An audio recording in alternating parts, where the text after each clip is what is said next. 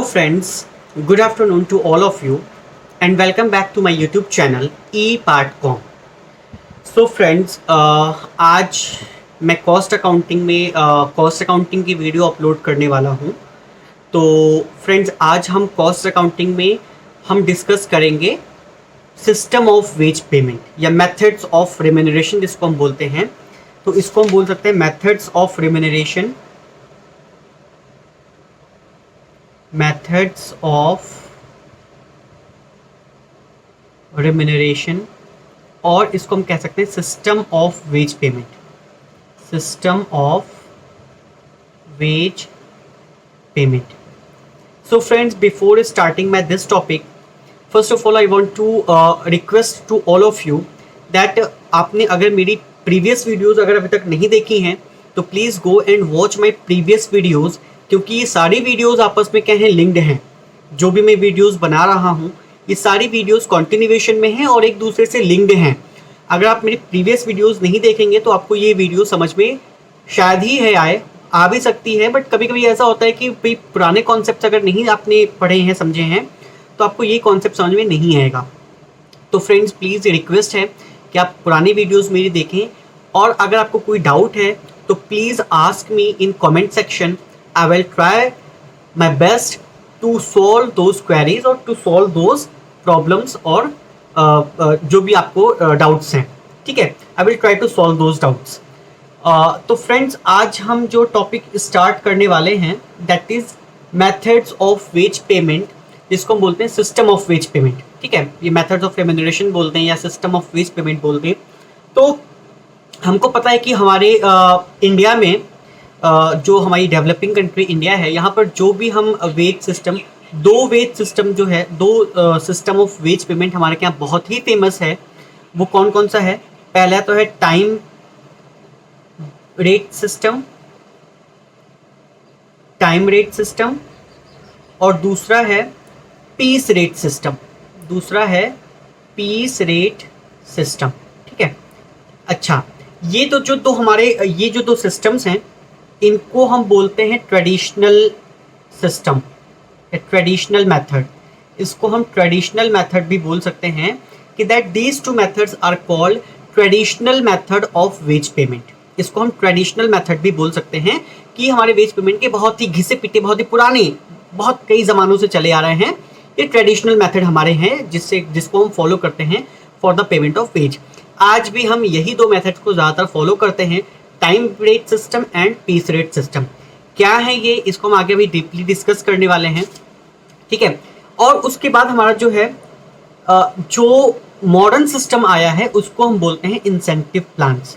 उसको हम बोलते हैं इंसेंटिव प्लान्स, ठीक है. इंसेंटिव प्लान्स जो है वो हमारा मॉडर्न मेथड है of wage payment. Incentive plans, इसमें हम मीन्स जो हमारा फिक्स वेज रेट होता है, जो फिक्स वेज होता है, इसके ओवर एंड अबव हम कुछ एक्स्ट्रा पे करते हैं on the basis of their efficiency, ठीक है. तो that is called incentive plan. मतलब in order to motivate the employ, ताकि वो जो काम कर रहे हैं वो बहुत अच्छे से करें, ठीक है. हम उनको रिवॉर्ड करने के लिए, जो उनकी एफिशिएंसी है उसको रिवॉर्ड करने के लिए हमने क्या सिस्टम स्टार्ट किया है, इंसेंटिव प्लान का सिस्टम स्टार्ट किया है, ठीक है. तो फ्रेंड्स, इंसेंटिव प्लान्स में भी हमारे पास काफ़ी सारे इंसेंटिव प्लान्स हैं. जैसे पहला है individual incentive plan. Incentive plan को मैं शॉर्ट में आईपी लिखूंगा. फिर दूसरा है ग्रुप इंसेंटिव प्लान. दूसरा हमारा है क्या, ग्रुप इंसेंटिव प्लान, ठीक है. इंडिविजुअल इंसेंटिव प्लान में भी हमारे पास काफ़ी सारे हैं. पहला तो है प्रीमियम बोनस प्लान. पहला है हमारा प्रीमियम बोनस प्लान, और दूसरा हमारा क्या है, differential piece rates. Differential piece rates, ठीक है. अब इसमें भी हमारे पास प्रीमियम बोनस प्लान है, इसमें हमारे पास हालसे है, रोवन है, हालसे एंड वियर प्लान है, ठीक है.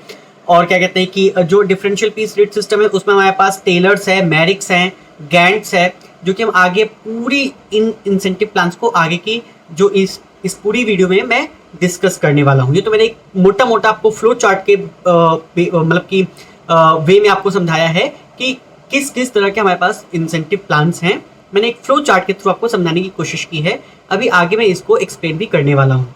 तो फ्रेंड्स आगे बढ़ते हैं, पहले हम ट्रेडिशनल मेथड को डिस्कस करते हैं। ठीक है, ट्रेडिशनल मेथड में पहला है टाइम रेट सिस्टम।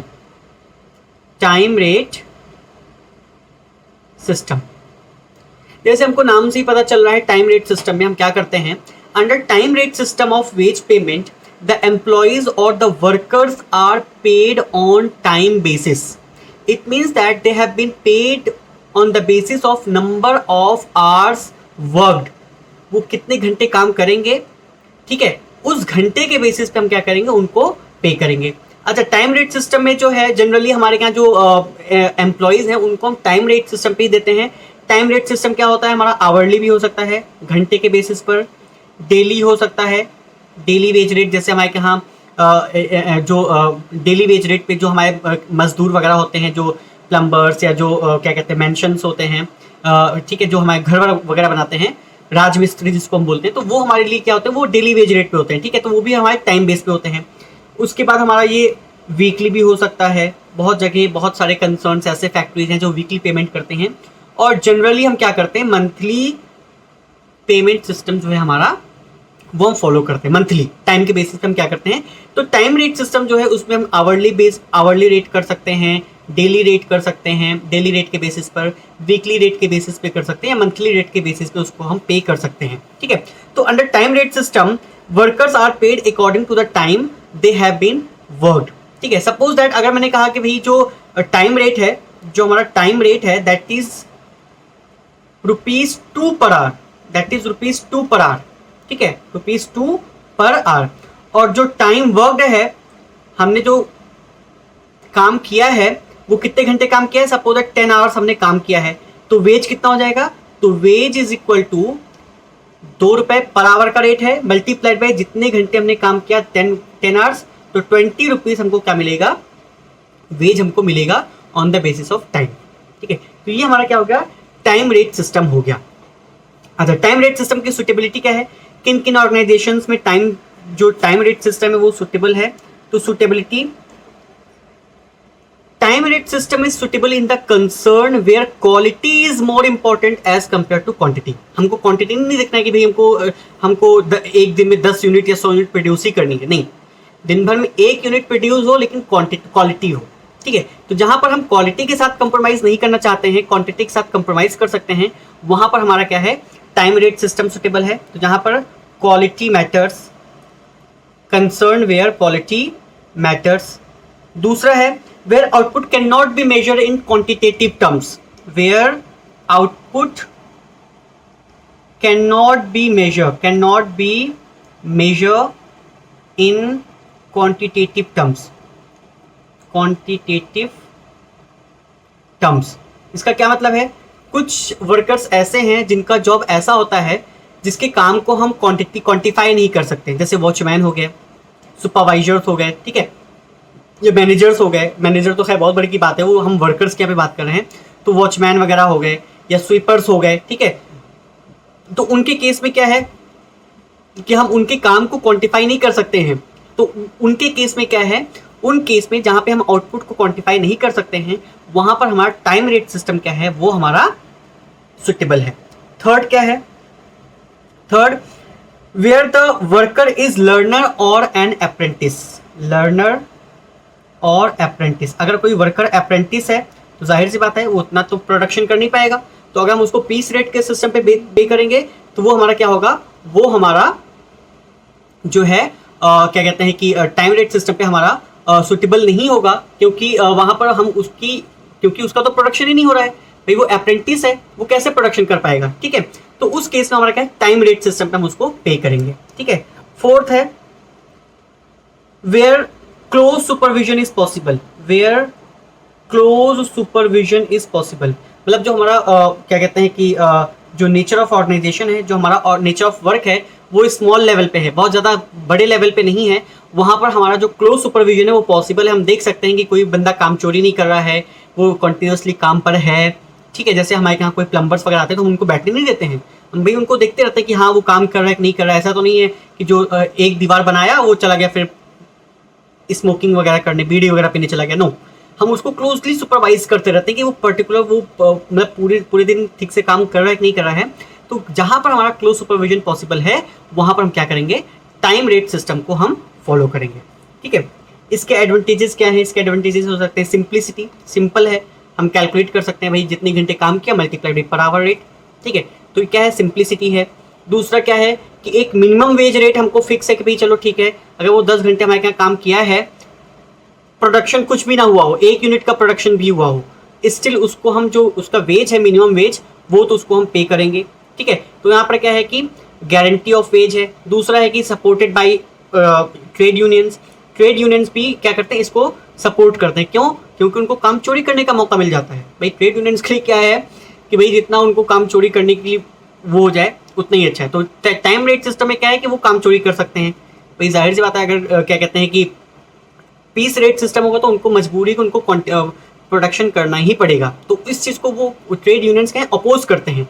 लेकिन टाइम रेट सिस्टम को क्या करते हैं, ट्रेड यूनियंस उसको सपोर्ट करते हैं। ठीक है, क्वालिटी ऑफ वर्क, हमको पता है कि वहाँ पे हमको क्वांटिटी से लेना देना नहीं है, 1 यूनिट प्रोड्यूस करो लेकिन क्वालिटी का प्रोड्यूस करो, तो वहाँ पे हमारी क्वालिटी ऑफ वर्क भी क्या होती है, इंश्योर होती है। ठीक है, इसके डिसएडवांटेजेस क्या है?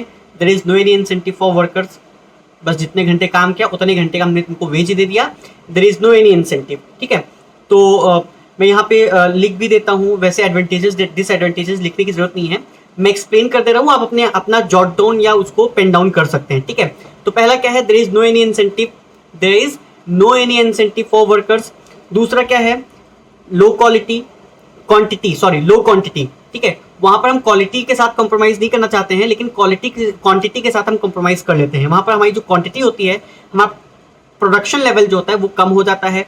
ठीक है, एक्स्ट्रा सुपरविजन कॉस्ट, क्योंकि हमको सुपरवाइजर चाहिए जो उनको सुपरवाइज कर सके कि वो काम कर रहे हैं कि नहीं कर रहे हैं, कहीं का ऐसा नहीं कि वो काम चोरी कर रहे हैं। तो उस जब सुपरवाइजर चाहिए तो हमारी सुपरविजन कॉस्ट जो है वो इंक्रीज हो जाती है।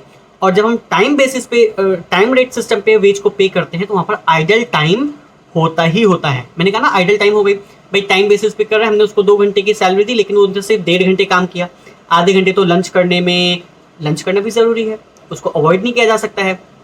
तो वहाँ पर क्या है, idle time must be there in case of payment when payment is done on time rate system. ठीक है, तो दूसरा, ये तो हमारा टाइम रेट सिस्टम के बारे में पूरा कंप्लीट हो गया। दूसरा अब हमारा है piece rate system. Piece rate system, piece rate system जैसे नाम से ही पता चल रहा है कि पीस मतलब लेवल ऑफ प्रोडक्शन, कि कितनी क्वांटिटी हमने प्रोड्यूस की है, उस क्वांटिटी के बेसिस पर हम क्या करते हैं, पेमेंट करते हैं वर्कर्स को या लेबर्स को। ठीक है, तो under piece wage rate system the workers or the laborers are paid on the basis of quantity produced। कितनी क्वांटिटी हमने प्रोड्यूस की है उसके बेसिस पे क्या करेंगे, हम उसको पेमेंट करेंगे। तो पीस रेट सिस्टम में क्या करते हैं, it is a method under which the employees are paid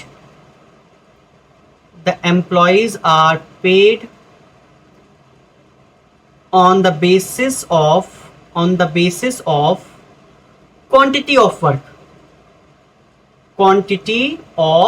work। इसका मतलब कि कितनी क्वांटिटी हमने प्रोड्यूस की है, नंबर ऑफ आइटम्स या number of units produced multiplied by rate per unit. मैंने कहा कि भाई जो हमारा पीस रेट है that is 2 rupees per unit, 2 रुपए पर यूनिट है। और कोई मिस्टर ए है जो एम्प्लॉय है, उसने कितनी यूनिट्स प्रोड्यूस की है, उसने 100 यूनिट्स का प्रोडक्शन किया है पर्टिकुलर डे में, तो उसका जो वेज हो जाएगा, तो wage is equal to rate per unit 2 रुपया मल्टीप्लाइड बाई यूनिट्स प्रोड्यूस्ड, तो दैट विल बी ₹200। तो उसका जो वेज हो जाएगा, मतलब पीस रेट सिस्टम पर जो उसका डेली वेज होगा या जो भी है, 1 दिन में प्रोड्यूस किया है, 2 दिन में प्रोड्यूस किया, तो जो भी उसका वेज होगा that will be ₹200। So this is the method of piece rate system. ठीक है, ये पीस रेट सिस्टम है। यहाँ पे हम क्या करते हैं, क्वांटिटी ऑफ वर्क के बेसिस पे हम पे करते हैं। अब देखो इसकी सूटेबिलिटी क्या है, वहां पर जो उसकी सूटेबिलिटी थी यहाँ पर उसको हम रिवर्स कर देंगे। Suitability where production is standardised where production is standardised, production is standardised and repetitive in nature, and repetitive in nature, मतलब सेम तरीके का प्रोडक्शन हम बार बार उसको रिपीट कर रहे हैं, तो उस पर्टिकुलर केस में हम पीस रेट सिस्टम हमारा क्या है, सुटेबल है। दूसरा है when the aim of factory is to maximise the production. ठीक है, एम क्या है, aim is to maximise the production. हम चाहते हैं कि हमारा जो प्रोडक्शन है वो मैक्सिमाइज हो, मैक्सिमाइज द प्रोडक्शन। तो हम उनको क्या कहेंगे, भाई जितना ज़्यादा प्रोडक्शन करोगे उतनी ही ज़्यादा तुम्हारा वेज रेट होगा। तो वहाँ पर हम क्या करेंगे, एम्प्लॉयज़ को मोटिवेट करेंगे कि वो ज़्यादा से ज़्यादा प्रोडक्शन करें। तीसरा क्या है, when the output of workers can be measured. वहाँ पर क्या था, वहाँ पे हम क्वांटिफाई नहीं कर पा रहे थे आउटपुट ऑफ एम्प्लॉय के लिए। जैसे मैंने कहा कि वॉचमैन है, स्वीपर है, हम ये नहीं कह सकते कि उसने कितना प्रोड्यूस किया भाई, क्योंकि उसके वर्क को हम क्वांटिफाई नहीं कर सकते। लेकिन when the work of the output can be quantified, can be quantified, अगर हम आउटपुट को क्वांटिफाई कर पा रहे हैं, आउटपुट को हम क्वांटिफाई कर पा रहे हैं किसी एम्प्लॉय की या वर्कर्स की, तो उस केस में हमारा पीस रेट सिस्टम जो है वो हमारा सुटेबल है। फिर क्या है, चौथा, वहां पर क्या था, जहां पर क्लोज सुपरविजन पॉसिबल है तो टाइम रेट सिस्टम। यहां पर क्या है, क्लोज सुपरविजन पॉसिबल नहीं, बहुत बड़ा कंसर्न है, बहुत बड़ी फैक्ट्री है, वहां पर सुपरविजन पॉसिबल नहीं है कि हम एक एक को जा करके देखें। तो जब सुपरविजन पॉसिबल नहीं है तो हमने कह दिया भाई जितना प्रोड्यूस करोगे उतनी का तुमको वेज मिलेगा। तो जाहिर सी बात है हम बिना देखे ही कोशिश करेंगे ज़्यादा से ज़्यादा यूनिट्स प्रोड्यूस करें ताकि हमको ज़्यादा वेज मिले। तो where close supervision is not possible, where close supervision is not possible, तो उस केस में क्या है, पीस रेट सिस्टम हमारा क्या है, सुटेबल होगा। ठीक है, तो ये हमारे कुछ सुटेबिलिटी है जहां पर हमारा पीस रेट सिस्टम जो है वो सुटेबल है। अच्छा, अब जो उसके एडवांटेजेस थे वो इसके डिसएडवांटेजेस हो जाएंगे, जो उसके डिसएडवांटेजेस थे वो इसके क्या हो जाएंगे, एडवांटेजेस हो जाएंगे। एडवांटेजेस देखो क्या क्या हैं, इंसेंटिव टू इफेक्टिव वर्कर्स, वहां पर कोई इंसेंटिव नहीं था, वो डिसएडवांटेजेस था। यहां पर इसका एडवांटेज हो जाएगा इंसेंटिव टू इफेक्टिव वर्कर्स। भाई कोई वर्कर उसने सिर्फ 50 यूनिट्स का प्रोडक्शन किया तो उसको 2 रुपए के हिसाब से कितना मिलेगा, 100 मिलेगा। किसी लेबर ने 100 यूनिट्स का प्रोडक्शन किया, वो इफिशिएंट है, इफेक्टिव है, तो उसको 200 रुपए मिलेंगे। तो इसका क्या मतलब है, जो इफेक्टिव एम्प्लॉय वर्कर है उसको ज़्यादा वेज मिलेगा। तो इसका मतलब क्या है, उसको इंसेंटिव मिल रहा है, ज़्यादा वो उसको वेज मिल रहा है, तो इससे वो भी क्या होगा, मोटिवेट होगा। ठीक है, तो इंसेंटिव टू इफेक्टिव वर्कर पहला इसका एडवांटेज हो गया। दूसरा है इंक्रीज इन प्रोडक्शन। वहाँ पर क्या था कि वहाँ पर प्रोडक्शन इंक्रीज नहीं था, लो क्वांटिटी थी, प्रोडक्शन की क्वांटिटी लो थी, लेकिन यहाँ पर क्या है, मैक्सिमम प्रोडक्शन है, क्योंकि हम ज़्यादा से ज़्यादा प्रोड्यूस करना चाहेंगे तो हमारा प्रोडक्शन क्या होगा, इंक्रीज होगा। तो इंक्रीज इन प्रोडक्शन, तो piece rate system helps in the increase in production. तीसरा क्या है, लोअर कॉस्ट, लोअर कॉस्ट। ठीक है, लोअर कॉस्ट क्या है, प्रोडक्शन इंक्रीज होगा, भाई इकोनॉमीज ऑफ स्केल सबने पढ़ा है, प्रोडक्शन इंक्रीज होगा तो उसकी जो पर यूनिट कॉस्ट होगी वो क्या होगी, कम होगी। ठीक है, इकोनॉमीज ऑफ स्केल का कॉन्सेप्ट प्लीज डोंट से कि आपको इकोनॉमीज ऑफ स्केल का कॉन्सेप्ट नहीं पता है। ठीक है, तो इकोनॉमीज ऑफ स्केल में क्या होता है, व्हेन प्रोडक्शन इंक्रीजेस यूनिट पर cost per unit decreases but up to certain level. ठीक है, तो यहाँ पर क्या है, लोअर कॉस्ट, इसका एक एडवांटेजेस हो सकता है। फिर उसके बाद है हमारा नो सुपरविजन कॉस्ट भी हम ले सकते हैं, नो सुपरविजन कॉस्ट। मैंने कहा कि वहां पर कोई सुपरवाइजर की जरूरत नहीं है, एवरी एम्प्लॉई वर्क्स इफेक्टिवली, क्योंकि उसको ज़्यादा से ज़्यादा वेज चाहिए तो ज़्यादा से ज़्यादा वो यूनिट्स प्रोड्यूस करने की कोशिश करेगा। तो वहाँ पर क्या होगा, सुपरविजन की ज़रूरत नहीं है। ऑल्दो हम एक आध सुपरवाइजर रख सकते हैं लेकिन उसकी भी ज़रूरत नहीं है। ठीक है, फिफ्थ क्या है, इक्विटेबल, जस्ट एंड इक्विटेबल है। इफेक्टिव एम्प्लॉयज़ के लिए ज़्यादा wage rate, non effective employees के लिए कम वेज रेट। तो ये क्या है, इक्विटेबल है। ऐसा नहीं है कि उस केस में सपोज 2 लेबर्स हैं टाइम रेट सिस्टम में, एक लेबर काम चोरी कर रहा है, बिल्कुल बैठा है, बीड़ी पी रहा है और ये सब खा रहा है। ठीक है, और दूसरा लेबर बहुत अच्छे से काम कर रहा है, मेहनत करके काम कर रहा है, 10 घंटे वो बैठ के गया, कुर्सी तोड़ कर गया, दूसरा एम्प्लॉय जो है 10 घंटे काम करके गया, वेज रेट दोनों का सेम है। वहाँ पर क्या है, इक्विटेबल, जस्ट एंड इक्विटेबल नहीं है वो वेज रेट सिस्टम। लेकिन ये वेज रेट सिस्टम क्या है, इक्विटेबल, जस्ट एंड इक्विटेबल है। तुम कुर्सी तोड़ोगे, नो वेज, क्योंकि तुमने कोई प्रोडक्शन ही नहीं किया। लेकिन अगर तुमने प्रोडक्शन किया है तो देयर विल बी वेज। कितना प्रोडक्शन किया है उसके बेसिस पे तुमको क्या होगा, डिसाइड होगा तुम्हारा वेज रेट। ठीक है, फिर simple and easy, simple and easy, खैर सिंपल तो वो भी था और सिंपल एंड इजी ये भी है। सिंपल हमको क्या करना है, सिंपली कि कितनी यूनिट प्रोड्यूस की multiplied by rate per unit. तो ये इसके क्या हो गए, एडवांटेजेस हो गए। डिसएडवांटेजेस क्या हैं, जो उसके एडवांटेजेस थे वो इसके डिसएडवांटेजेस हो जाएंगे। डिसएडवांटेजेस पहला क्या है, poor quality of work, poor quality of work. मैंने पहले ही कहा कि हमको वहां पे क्वांटिटी से मतलब है, क्वालिटी से मतलब नहीं है। पीस रेट सिस्टम में हमको क्वांटिटी से मतलब है, क्वालिटी से मतलब नहीं है। तुम 100 यूनिट प्रोड्यूस करो चाहे जैसी भी हो, तो वहां पर क्या है, क्वालिटी पुअर हो सकती है। ठीक है, दूसरा है no security of wages, no security of wages. मैंने कहा कि टाइम रेट सिस्टम में कोई काम चोरी कर रहा है उसको भी वेज मिलेगा, जो काम कर रहा है उसको भी वेज मिलेगा। यहां पर क्या है, जो काम चोरी करेगा उसको वेज नहीं मिलेगा या कम मिलेगा, लेकिन जो काम कर रहा है उसको ज्यादा मिलेगा। तो यहां पर क्या है कि कोई सिक्योरिटी नहीं है, मिनिमम वेज कोई फिक्स नहीं कि हमको इतना मिलेगा ही मिलेगा। ठीक है, तीसरा क्या हो सकता है इसके disadvantages, injurious to health, injurious to health of the employee. Every employee wants to increase his wage, हर एम्प्लॉय चाहेगा कि उसका वेज इंक्रीज हो, तो ज्यादा प्रोडक्शन करने की कोशिश करेगा। तो जब वो ज्यादा कम करने की कोशिश करेगा तो हो सकता है वो ओवर टाइम भी करे, तो उससे क्या है, उनकी हेल्थ पर एडवर्स इंपैक्ट होगा। ठीक है, फोर्थ हम क्या ले सकते हैं, अपोज्ड बाय ट्रेड यूनियन। मैंने वहां कहा था कि that system is favoured by the trade union, supported by the trade union.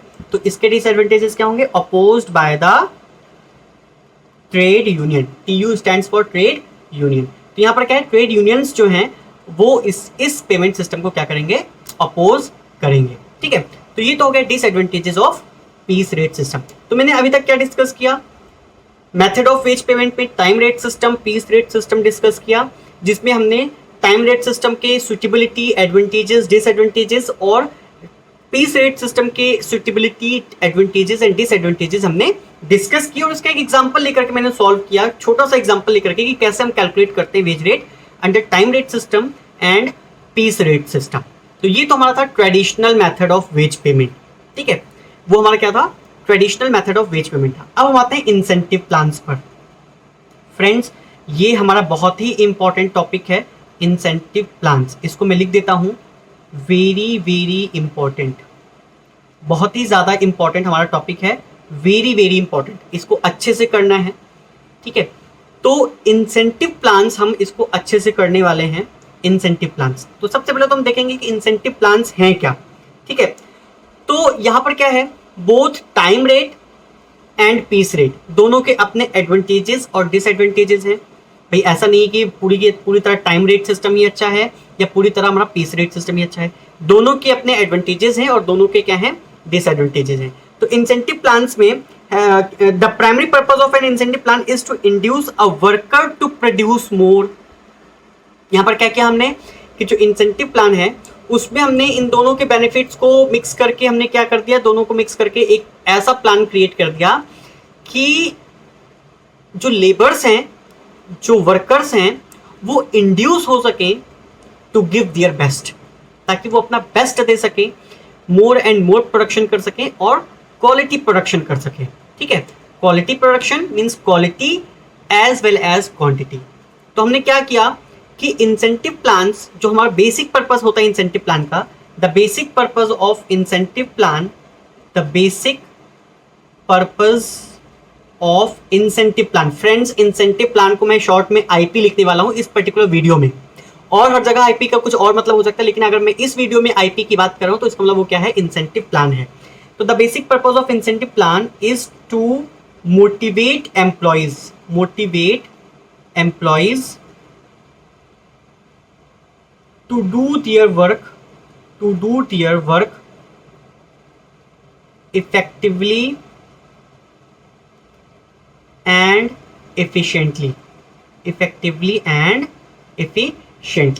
ठीक है, तो ये हमारा बेसिक पर्पस है इंसेंटिव प्लान्स का। इंसेंटिव प्लान बहुत तरह से होते हैं, इंडिविजुअल इंसेंटिव प्लान है, ग्रुप इंसेंटिव प्लान है। ठीक है, जिसमें इंडिविजुअल में भी हमारा क्या है कि टाइम रेट है, टाइम सिस्टम पर है, पीस रेट पर है, ठीक है। तो बहुत सारे इंसेंटिव प्लान हम इसमें डिस्कस करने वाले हैं। तो सबसे पहले तो क्या है, प्रिंसिपल्स क्या है, कि कोई भी इंसेंटिव प्लान है उसके प्रिंसिपल्स क्या हैं, principles on which good incentive plans should be based. तो प्रिंसिपल्स क्या होने चाहिए, अगर मैं कोई इंसेंटिव प्लान डिजाइन कर रहा हूं, if I am designing any incentive plan, then what should be the principle, उसका जो है प्रिंसिपल क्या होना चाहिए, ठीक है। मतलब कि हम उसको किस प्रिंसिपल पे हम उसको रखें कि हमारा जो क्या कहते हैं कि एम्प्लॉयज भी हों और एम्प्लॉयर भी हों उसको एक्सेप्ट कर सकें। ऐसा नहीं कि एम्प्लॉयज को अपोज कर रहे हैं, एम्प्लॉयर इम्पोज कर रहा है, या एम्प्लॉयज चाहते हैं कि इम्पोज हो लेकिन एम्प्लॉयर जो है वो अपोज कर रहा है, ठीक है। तो ऐसा एक इंसेंटिव प्लान होना चाहिए जो कि employee as well as employer दोनों ही एक्सेप्ट करें। तो क्या क्या प्रिंसिपल्स हैं, principles of good incentive scheme, principles of good incentive scheme. तो इसमें पहला है, the scheme should be simple and easily understandable. Simple and easily understandable. इसका क्या मतलब है कि भाई जाहिर सी बात है, वर्कर फैक्ट्री में जो वर्कर होते हैं वो ग्रेजुएट और पोस्ट ग्रेजुएट नहीं होते हैं, वो 10th पास 8th पास या बहुत इलिटरेट होते हैं। तो जो भी इंसेंटिव प्लान होना चाहिए वो simple and easy to understand होना चाहिए, ताकि कोई भी एम्प्लॉय ईजिली अपना खुद का वेज रेट डिसाइड कर सके, कैलकुलेट कर सके कि अगर उसने इतने घंटे काम किया है और इतने यूनिट्स प्रोड्यूस किया है तो उसका जो वेज रेट है वो कितना बनता है। तो मतलब वो खुद से अपना वेज रेट कैलकुलेट कर सके। इंसेंटिव प्लान इतना सिंपल और इतना इजी होना चाहिए, ठीक है। दूसरा है, the scheme should be fair. The scheme should be fair for employees as well as for employers। इसका क्या मतलब है कि एम्प्लॉयज और एम्प्लॉयर्स दोनों के लिए फेयर होना चाहिए। ऐसा नहीं है कि बहुत ही इंक्लाइन हो जाए एम्प्लॉय की तरफ, उनके फेवर में हो जाए और एम्प्लॉयर्स के अगेंस्ट हो जाए, मतलब एम्प्लॉयर्स उसको अपोज करें। ये ऐसा नहीं होगा कि एम्प्लॉयर उसको इम्पोज करना चाहता है एम्प्लॉयज पर और एम्प्लॉयज जो है उसको अपोज कर रहे हैं। तो इसका क्या मतलब है, that should be accepted by both employees as well as employer. तो कब एक्सेप्ट करेंगे, जब वो इंसेंटिव प्लान दोनों के लिए ही बेनिफिशियल होगा, दोनों के लिए फेयर होगा, ठीक है। तो द इंसेंटिव प्लान या जो भी स्कीम है that should be fair for both employees as well as employers. तीसरा है, the cost of operating the scheme should be reasonably लो।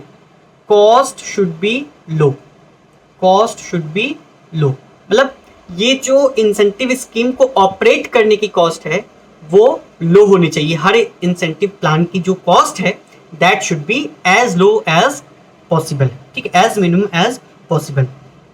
फिर फोर्थ पॉइंट क्या है, the standard of performance should be scientifically set.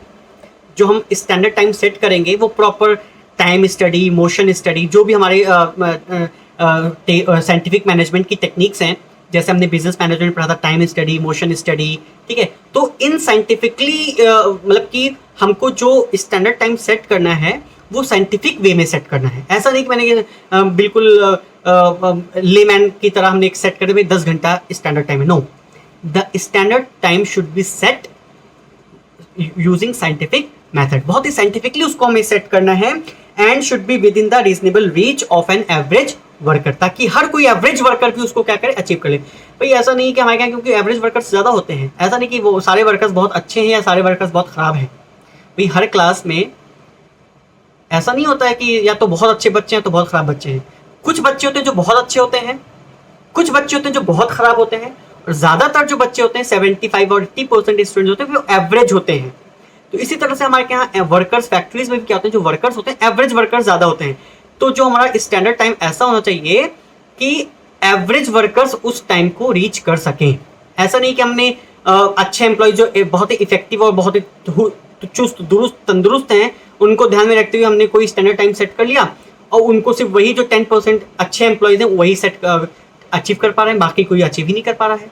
तो जो standard time set होगा that should be set scientifically, ठीक है। फोर्थ क्या है, the upper limit should be put on the earnings of the workers, ठीक है, मतलब नो अपर लिमिट।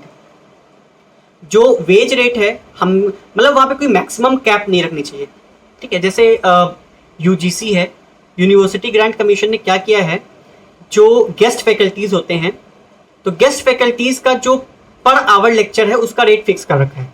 यूजीसी कहता है भी कि आप 1500 रुपीज़ पर लेक्चर ले लीजिए, लेकिन जो मैक्सिमम कैप है दैट इज ओनली 50,000 रुपीज़। मतलब इन केस अगर आपने ज़्यादा क्लासेस ले ली हैं एक महीने में, जिसकी वजह से आपका जो वेज रेट 1500 मल्टीप्लाई करने के बाद आपका बन रहा है 60,000 65,000, तो इन दैट केस आपको सिर्फ 50,000 मिलेगा, उससे ज़्यादा आप एक्सपेक्ट मत करिएगा। तो वहाँ पर क्या उन्होंने कैप रख दिया, लेकिन यहाँ पर इंसेंटिव प्लान जो होना चाहिए उस पर कोई मैक्सिमम कैप नहीं होना चाहिए, क्योंकि अगर मैक्सिमम कैप होगा तो एम्प्लॉय भी सोचेगा यार जैसे यहाँ पर मैक्सिमम कैप है, तो अब टीचर क्या सोचेगा, चलो ठीक है इतनी ही क्लास लो जितने में हमारा 50,000 बन जाए, उसके बाद हम एक्स्ट्रा क्लास क्यों लेंगे, हम छुट्टी ले लेंगे, हम बहाने कर देंगे या हम पढ़ाएंगे ही नहीं। ऑल्दो उसके लिए भी यूजीसी ने बना रखा है, लेकिन मैं एक एग्जांपल दे रहा हूँ कि आप कर सकते हैं ऐसा, जबकि यूजीसी कहता है भाई सिर्फ 2 छुट्टियां ले सकते हैं, आप उससे ज़्यादा नहीं ले सकते हैं, लेकिन क्यों हम करेंगे। तो यहाँ पर क्या है कि किसी भी इंसेंटिव प्लान में कोई मैक्सिमम कैप नहीं होनी चाहिए, ठीक है। फिर क्या है, द स्कीम शुड बी, यहाँ पे no maximum limit, no maximum limit. Next हमारा क्या है, इसको मैं और पहले, हाँ नेक्स्ट क्या है, the scheme should have the approval of the workers and union. Workers approval होना चाहिए, approval of hmm, approval of workers as well as union, as well as union, मतलब वर्कर्स और यूनियन का अप्रूवल होना चाहिए। फिर 6 क्या है, no worker should suffer a deduction of earnings. ऐसा नहीं है कि हमने कह दिया कि भाई अगर आप काम नहीं करेंगे तो आपकी जो अर्निंग्स हैं वो डिडक्ट हो जाएंगी। हो सकता है वो बीमार हो, किसी रीजनेबल वजह से अगर वो मतलब कि एब्सेंट होता है या काम नहीं कर पाता है, तो उसकी वजह से there should be no any deduction, ठीक है। बियॉन्ड जो मतलब कि ऐसी कंडीशन जो उसके कंट्रोल के बियॉन्ड हैं, उसकी वजह से अगर वो काम नहीं करता है तो उसकी वजह से हमको उसके क्या कहते हैं कि वेज रेट में कोई डिडक्शन नहीं करना है, ठीक है। तो 6 हमारा क्या है, no deduction in wage rate under what circumstances, under the condition where the employee is not working due to certain reasons which are beyond his control. उन रीजंस को वो कंट्रोल नहीं कर सकता, उसके जैसे बीमार हो गया या क्या कहते हैं कि एक्सीडेंट हो गया, तो ही कैन नॉट कंट्रोल, तो उसकी वजह से उसके वेज रेट में कोई डिडक्शन नहीं होना चाहिए, ठीक है। तो फिर है the scheme must be relatively permanent, the scheme must be relatively permanent, permanent scheme होनी चाहिए। ऐसा नहीं है कि एक महीना हमने फॉलो किया फिर अगले महीने फॉलो नहीं किया, फिर 2-3 महीने तक फॉलो नहीं किए, फिर अगले महीने उसके नेक्स्ट मंथ से हमने फॉलो करना स्टार्ट कर दिया। तो that should be permanent in nature, temporary in nature नहीं होना चाहिए, ठीक है। तो ये तो हमारे कुछ और भी बेनिफिट्स हो सकते हैं जो कि अभी मुझे याद नहीं आ रहे हैं, और भी बुक्स में आपको you can get in book. M.N.. Arora है, महेश्वरी मित्तल है, जो कि अच्छी बुक्स हैं, क्वालिटी बुक्स मानी जाती हैं कॉस्ट अकाउंटिंग की, जो कि दिल्ली यूनिवर्सिटी और जामिया में इनको हम प्रेफर करते हैं, ठीक है। तो एम.एन. अरोरा है या महेश्वरी मित्तल है, उस बुक में आपको इनकी principles of good incentive scheme के आपको प्रिंसिपल्स मिल जाएंगे, ठीक है। फिलहाल अभी मैं इतने ही प्रिंसिपल रखता हूँ। तो ये प्रिंसिपल्स हमारे क्या होने चाहिए, किसी भी इंसेंटिव प्लान में ये सारे प्रिंसिपल्स हमारे प्रेजेंट होने चाहिए, then only we can say that the incentive plan is a good incentive plan, ठीक है। नाउ आते हैं types of incentive plan.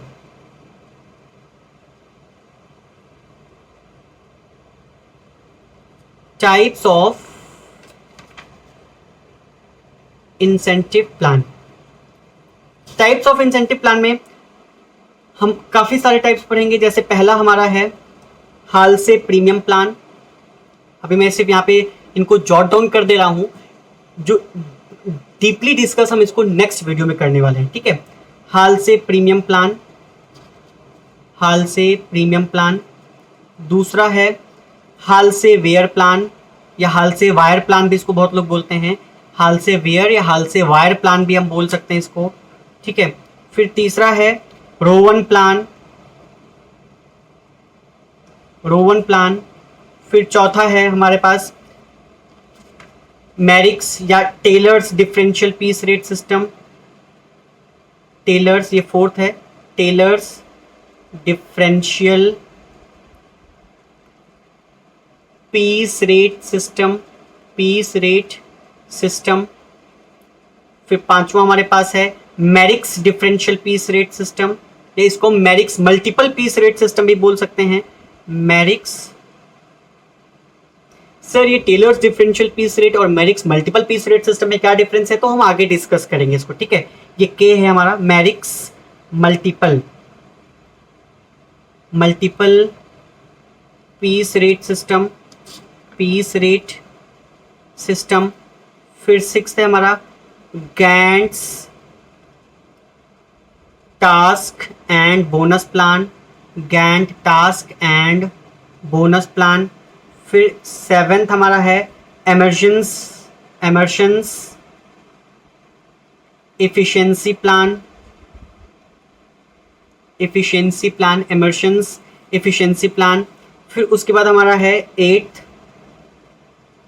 Eighth हमारा है बिडॉक्स प्लान। फिर उसके बाद हमारा है, ये तो हमारा क्या था, इंडिविजुअल इंसेंटिव प्लान था, ठीक है। इसके बाद हमारा ग्रुप इंसेंटिव प्लान है, ठीक है। तो ग्रुप इंसेंटिव प्लान हम बाद में डिस्कस करेंगे। पहले इंडिविजुअल इंसेंटिव प्लान में हमारे पास ये 8 मेथड्स हैं या 8 टाइप्स हैं इंसेंटिव प्लान के, जिसको हम अपनी नेक्स्ट वीडियो में पूरी तरह से डिस्कस करने वाले हैं 1 by 1, ठीक है। तो फ्रेंड्स आज की वीडियो में हम इतना ही रखते हैं। सो नेक्स्ट वीडियो में हम आपके लिए जो इंसेंटिव प्लान है उसका पूरा डिस्क्रिप्शन, पूरा कॉन्सेप्चुअल जो एक्सप्लेनेशन है with relevant examples and illustrations मैं नेक्स्ट वीडियो में डिस्कस करने वाला हूँ। तो प्लीज़ फ्रेंड्स अगर आपको मेरी वीडियो पसंद आई हो तो please like, share and subscribe my channel and don't forget to press the bell icon for future notifications, क्योंकि फ्यूचर में हम और सब्जेक्ट्स की वीडियो भी इस पर्टिकुलर चैनल पर हम अपलोड करने वाले हैं जो कि कॉमर्स से रिलेटेड होंगे, ठीक है। फिनेंशियल मैनेजमेंट है, मैनेजमेंट अकाउंटिंग है, इकोनॉमिक्स है, फिनेंशियल अकाउंटिंग है, काफ़ी सारे सब्जेक्ट्स जो अभी मेरे पास मैं और वीडियोस बनाकर डालूंगा। तो प्लीज़ आप इसको लाइक, शेयर एंड सब्सक्राइब करें और अपने फ्रेंड्स के बीच में इसको प्रमोट करें। And if you have any doubt, any query, you can ask me in the comment section. तो आज के लिए इतना ही रखते हैं। Thank you and have a